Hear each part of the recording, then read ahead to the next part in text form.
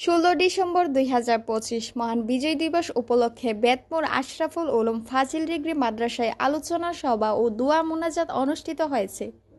তথ্য ও ভিডিও চিত্রে chief reporter Sohel Rana Howlader. এক সাগর রক্তের বিনিময়ে বাংলার স্বাধীনতা আনলো যারা, আমরা তোমাদের ভুলব না। 1971 সালে মহান মুক্তিযুদ্ধের শহীদের প্রতি বিনম্র শ্রদ্ধাঞ্জলি। মহান বিজয় দিবস উপলক্ষে বেতমোর আশরাফুল উলুম ফাজিল ডিগ্রি মাদ্রাসার উদ্যোগে আয়োজিত অনুষ্ঠানে উপস্থিত ছিলেন উপাধ্যক্ষ মাওলানা মোহাম্মদ শাহজালাল, অধ্যক্ষ মাওলানা মোহাম্মদ উমর ফারুক, মোহাম্মদ মুস্তফা জামান, সহকারী অধ্যাপক। আলোচনা সভায় বক্তারা মহান মুক্তিযুদ্ধের হুজুরদের অবদান এবং দেশপ্রেমের কথা শ্রদ্ধার প্রতি স্মরণ করে দুয়া মুনাজাতে শহীদের প্রতি আত্মার শান্তি কামনা করে এবং দেশের সমৃদ্ধি কামনা করা হয়। আমার সহকর্মীবৃন্দ,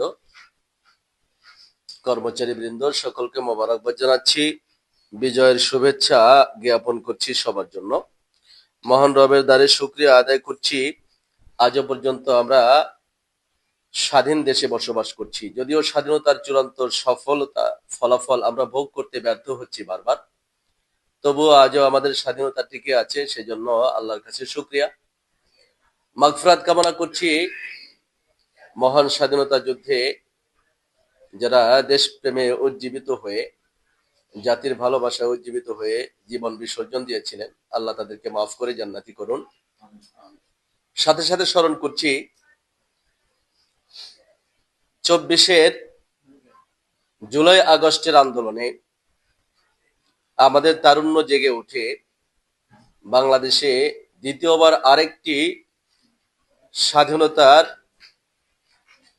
মহান ইতিহাস সৃষ্টি করেছিলেন যারা, তাদের ভেতরে যারা শহীদ হয়ে বিদায় নিয়েছেন, তাদের রুহের মাগফিরাত কামনা করছি।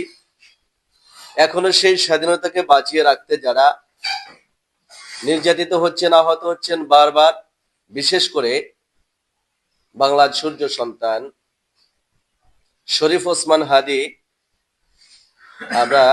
আমি আমার বক্তব্যের শুরুতেই সকলকে নিয়ে তার জন্য মহান আল্লাহর কাছে শেফা কামনা করছি। আল্লাহ তাকে দ্রুত আরোগ্য দান করে আমাদের মাঝে ফিরিয়ে আনুন।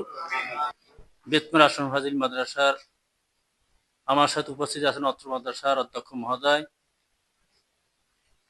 সহকারী অধ্যক্ষবৃন্দ, প্রভাষকবৃন্দ, সহকারী শিক্ষকবৃন্দ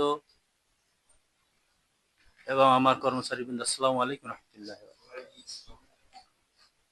সর্বপ্রথম আমাদের এই দেশ রক্ষায় যারা নিজের জীবনকে বিলিয়ে দিয়েছেন তাদের রুহের মাগফিরাত কামনা করি। আর যারা এই দেশের স্বাধীনতা রক্ষায়, দিন রক্ষায়, জাতি ও স্বার্থ রক্ষায় আত্মত্যাগ করতে যাই আজকে অসুস্থ হয়ে আছেন, আহত হয়ে আছেন, তাদের দীর্ঘায়ু এবং সুস্থতা কামনা করছি। বাংলাদেশ এদেশে কোনো সাহাবাদের আগমন হয় নাই, অলিয়া উলিয়ার দেশ।